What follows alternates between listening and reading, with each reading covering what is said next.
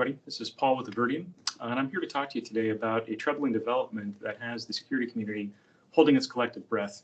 Referring to Whispergate, which is the name Microsoft has given to the discovery of malware on systems within the country of Ukraine.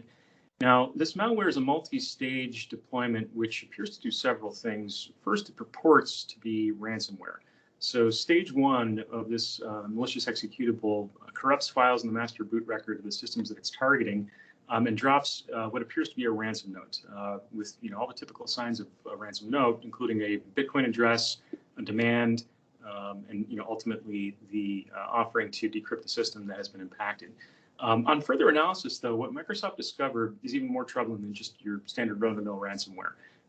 Again, I mentioned this is a multi-stage attack. Stage two of this attack downloads an additional DLL, which effectively works to wipe the system completely. So the supposition is that if stage one is unsuccessful in the corruption of the files of the master boot record, stages 2 and 3 are designed to completely erase the files that are on the system, therefore turning it into effectively a useless brick.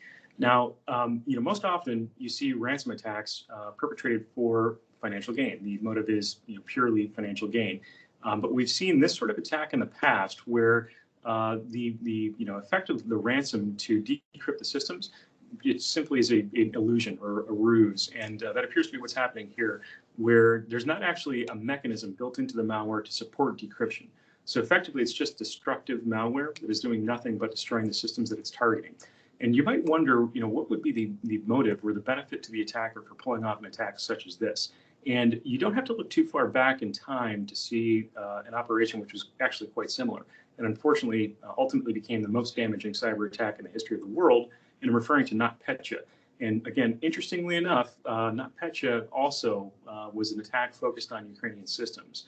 And it's widely believed, very widely believed, that that attack was perpetrated by Russian operatives. Russia has often used Ukraine as sort of a test bed for large-scale attacks like this in the past. They've taken down the Ukrainian power grid. They've disrupted Ukrainian political systems and government systems more than once. But NotPetya is the glaring example of a very similar attack that, again, looked like ransomware, but ultimately was just there to destroy systems. And this is interesting because you find this happening at the intersection of cybersecurity and geopolitics. You don't have to look too far to see in the headlines that Russia has built up a pretty significant force of troops on the Ukrainian border and making threats that they're going to invade. And now they've denied this publicly, but where there's smoke, there's fire. And with the buildup of 100,000 troops on the borders of Ukraine, coupled with an attack against systems that could simply just again totally destroy or disrupt their ability to operate, one wonders if this is an actual hybrid attack wherein the cyber operation is designed to disrupt government operations or military operations, thereby reducing Ukraine's ability to protect themselves in the event that actual physical warfare were the next step.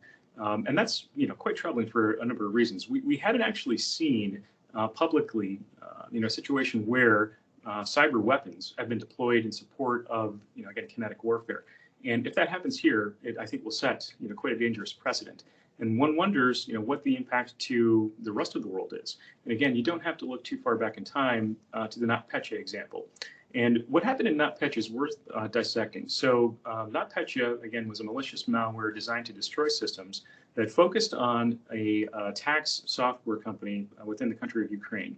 And now anybody within Ukraine or a company that does business with companies in Ukraine has to use this application produced by a company called Medoc. And the Russian attackers at that time recognized that this was a perfect opportunity for a supply chain attack with very wide-ranging impact. And so they implanted a malicious update to Medoc, which ultimately wound up infecting all of the systems that had some sort of connectivity to Ukraine, but importantly was also wormable. And what that means is that it can effectively auto-propagate by itself with no interaction from a human being.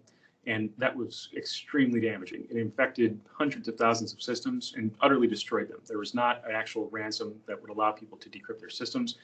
It was just simply for destructive purpose. And again, if we're seeing that same thing happen now, one wonders, could the impact of what we're currently seeing with Whispergate flow outside the borders of Ukraine and affect the rest of the world as well? I certainly think it's possible. We have not seen evidence of it happening yet. But again, you don't have to take too far of a logical leap to realize that the possibility is there.